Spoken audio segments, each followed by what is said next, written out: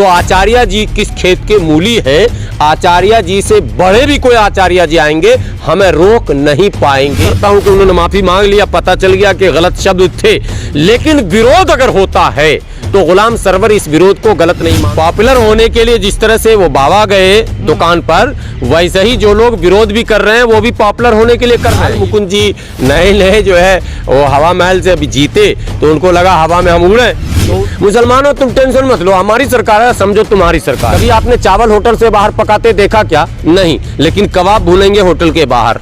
क्या तरीका भाई? आपको कुछ तरीका तो बनाना पड़ेगा। तो असल में क्या है, एक ट्रेंड है सबको पोस्टर बॉय बनने का, हिंदुत्व का पोस्टर बॉय, मुस्लिम का पोस्टर बॉय, सिख का पोस्टर बॉय, किसी तरह से मैं अपने धर्म का पोस्टर बॉय बन जाऊं। एक बेचारे बाबा बालकनाथ जी हैं, इधर बाल मुकुंद जी हैं, तो तुम बड़ा संत या हम बड़ा संत, तू बड़ा हिंदू या हम बड़े हिंदू, यही हमारे यहाँ भी कंपटीशन है। अयोध्या के भी एक संत हैं, आपने सुना होगा, बात बात पे सर काट दूंगा, छुरा मार दूंगा, आगरा तोड़ दूंगा, ताजमहल उठा लूंगा, रोज कुछ ना कुछ उनका चलता रहा। सस्ती लोकप्रियता के चक्कर में आप किसी को बलि का बकरा ना बनाएं। मुसलमानों पर बुलडोजर चला दो, मदरसा पर बुलडोजर चला दो, मस्जिद पर बुलडोजर चला दो, कब्रिस्तान पर बुलडोजर चला दो।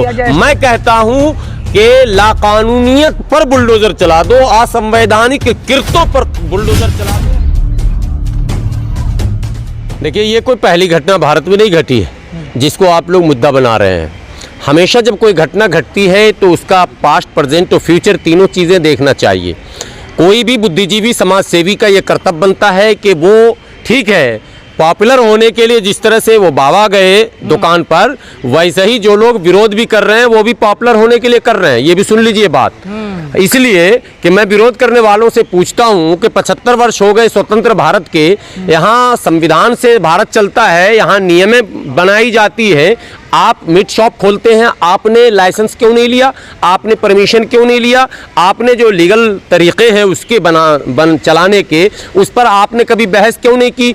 तमाम कथित तौर पर सेकुलर पार्टियों ने, चाहे कांग्रेस हो या दूसरी तमाम पार्टियां, ये जब सरकार बनाती है तो ये मुसलमानों को बेलगाम करने का काम करती है। मुसलमानों तुम टेंशन मत लो, हमारी सरकार है, समझो तुम्हारी सरकार है। राहुल गांधी जी कहते भी है कांग्रेस मुसलमानों की पार्टी है, तो अब कांग्रेस की सरकार है। गहलोत जी 5 साल रहे, इससे पहले भी कांग्रेस को मौका मिला था, तो ये बेलगाम छोड़ देते हैं। लाइसेंस नहीं है, तौर तरीका नहीं है, सिस्टम नहीं है। देखिए, बातें इंसाफ की होनी चाहिए। चावल दाल बनाएंगे घर होटल के अंदर, कभी आपने चावल होटल से बाहर पकाते देखा क्या? नहीं, लेकिन कबाब भूलेंगे होटल के बाहर। क्या तरीका भाई? आपको कुछ तरीका तो बनाना पड़ेगा। भारत में हम हैं, ठीक कहा आचार्य जी ने कि भाई कराची में नहीं है। ये हमें भी सोचना पड़ेगा कि हम भारत में हैं जहां बड़ी तादाद में हमारे ऐसे भी हिंदू भाई रहते हैं जो वेजिटेरियन है, वैष्णव है, उनका भी सम्मान करना हमें हमारा धर्म सिखाता है। हम अगर धर्म की बात करते हैं तो धर्म भी सम्मान करना हमें सिखाता है, अपने बड़ों का और दूसरे भाइयों का और पड़ोसियों का। और कानून की बात करते हैं तो कानून भी हमें एक दायरे में काम करने का अधिकार देता है। होटल आप खोलते हैं तो भी आपको लाइसेंस चाहिए, और अगर मीट शॉप खोलते हैं तब भी लाइसेंस चाहिए। दुर्भाग्य से उत्तर प्रदेश समेत कई राज्यों में इस तरह की घटनाएं घटती रही, और मैं बिहार में लोगों से कहता हूं कि नीतीश कुमार जी के राज में कोई आगे बढ़ नहीं रहा लाइसेंस लेने के लिए। कोई ये कोशिश नहीं कर रहा कि एमसीडी का जो रूल है वो फॉलो करें, नगर का जो रूल है वो फॉलो करें, जो राज्य का रूल है वो फॉलो करें, जो केंद्र का रूल है वो फॉलो ना। सीधी बात है, सेकुलर सरकार है। आमची मुंबई जैसे होता था ना। लेकिन अगर आचार्य जी सही थे तो बाद में माफी क्यों मांग रहे थे? नहीं, माफी तो उन्होंने चूंकि कुछ शब्द ऐसे कहे हैं जो माफी मांग लिया, तो मैं तो उनको सलाम करता हूं कि उन्होंने माफी मांग लिया, पता चल गया कि गलत शब्द थे।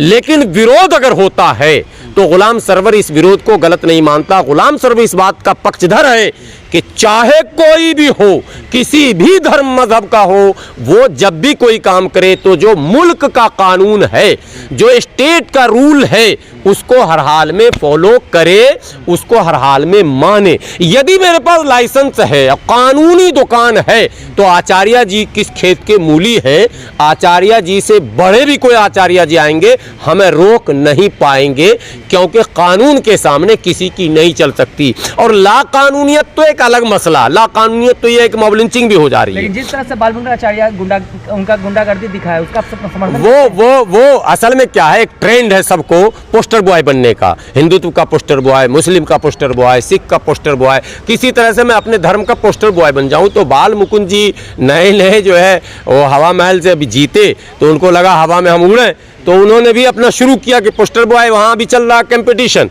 एक बेचारे बाबा बालकनाथ जी हैं, इधर बाल मुकुंद जी हैं, तो तुम बड़ा संत या हम बड़ा संत, तू बड़ा हिंदू या हम बड़े हिंदू, यही हमारे यहाँ भी कंपटीशन है, तू बड़ा मुस्लिम या हम बड़ा मुस्लिम। और ये बड़ा बड़ा बनने में हर आदमी एक दूसरे को आरएसएस का एजेंट भी कह रहा, मजे में सुनिए। हमारे यहाँ ये ट्रेंड है, यही ट्रेंड बहुजनों में भी चल गया है, यानी दलितों में भी तू बड़ा दलित नेता या मैं बड़ा दलित नेता, और जो बड़ा बनने की कोशिश किया उसको एजेंट भी बता दिया गया। यही चीज हिंदुओं में भी चल रहा है, यही चीज संतों में भी चल रहा है। अयोध्या के भी एक संत हैं, आपने सुना होगा, बात बात पे सर काट दूंगा, छुरा मार दूंगा, आगरा तोड़ दूंगा, ताजमहल उठा लूंगा, रोज कुछ ना कुछ उनका चलता रहता।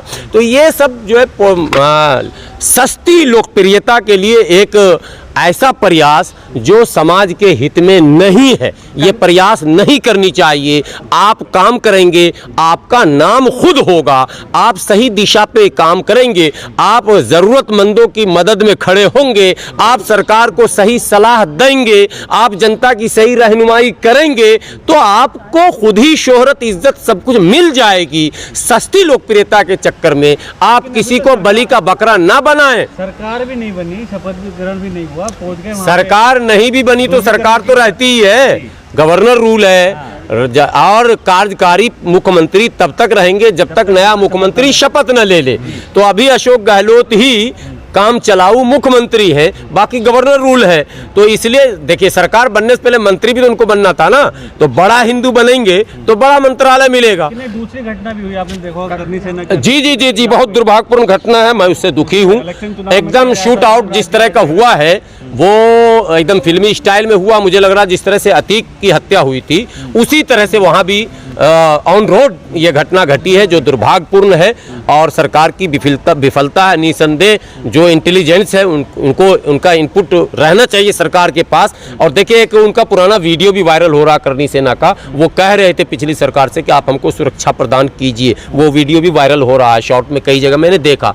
तो कुल मिलाकर देखिए, मैं करनी सेना के क्रियाकलापों से भी खुश नहीं हूँ, क्योंकि वो भी सस्ती लोकप्रियता वाला ही मुद्दा उनका भी रहता है।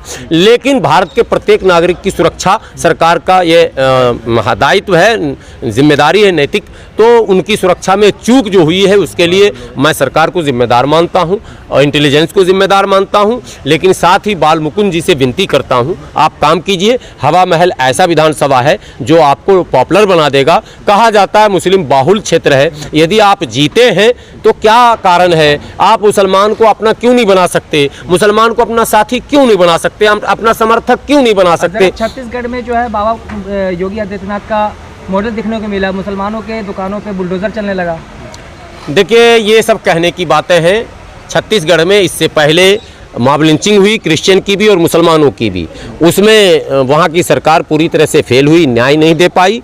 और न्याय जब आप नहीं देंगे, वही हाल राजस्थान में भी हुआ था, जब न्याय नहीं देंगे तो अन्याय आप स्वयं आंख बंद करेंगे अन्याय पर, तो सरकार खुद ही वैसी आ जाएगी जो अन्याय करेगी। तो एक होता है प्रत्यक्ष, एक होता है अप्रत्यक्ष। कुल मिलाकर एक्सपेरिमेंट में ये साबित हुआ है कि प्रत्यक्ष अगर अन्याय कर दिया जाए तो शायद भारत में उसे लोकप्रियता मिलती है, जो योगी जी ने किया। और एक्सपेरिमेंट हो चुका है, मुसलमानों पर बुलडोजर चला दो, मदरसा पर बुलडोजर चला दो, मस्जिद पर बुलडोजर चला दो, कब्रिस्तान पर बुलडोजर चला दो। मैं कहता हूं कि लाकानूनियत पर बुलडोजर चला दो, असंवैधानिक कृत्यों पर बुलडोजर चला दो, असंवैधानिक कब्जे पर बुलडोजर चला दो। इसमें हिंदू और मुसलमान कहां से आ गया? अगर कोई भी अवैध निर्माण है, कोई भी अवैध कब्जा है, चाहे वो किसी का भी धर्मस्थल हो या कुछ भी हो, उस पर बुलडोजर चल जाना चाहिए। लेकिन वैध निर्माण और अवैध निर्माण के नाम पर चलना चाहिए, धर्म के नाम पर नहीं चलना चाहिए। लेकिन दुर्भाग्य से हमारे बड़े भाई हैं, हिंदू भाई हैं, उन देश में उनकी बड़ी आबादी है, मैं उन्हें बड़ा भाई कहता हूँ। अगर उनको यही अच्छा लगता है कि छोटे भाई का नाम लेकर ही गाली बक्का जाए, तो हम लोग तो बाध्य हैं सुनने के लिए। न्यायालय जा सकते हैं, गुहार लगा सकते हैं, प्रार्थना कर सकते हैं, विनती कर सकते हैं, हम लड़ नहीं सकते। और हम अपने नौजवानों को कभी लड़ने की सलाह भी नहीं देते। हमें विश्वास है कि देश में बड़ी आबादी आज भी ऐसी है जिसकी आस्था लोकतंत्र पर है, जिसकी आस्था भाईचारे पर है, जिसकी आस्था प्यार और मोहब्बत पर है। हम ऐसे लोगों की तादाद को बढ़ाने में निरंतर लगे हैं और इंशाअल्लाह वो तादाद बढ़ेगी। और नफरत, जो मुट्ठी भर लोग हैं नफरत फैलाना चाहते हैं, पहले तो वो चुटकी भर थे, अब वो मुट्ठी भर हो गए हैं। मैं चाहता हूं वो मुट्ठी भर ही रहे, वो गमला और कटोरा भर ना हो जाए कि कहीं मामला हाथ से निकल जाए। चलिए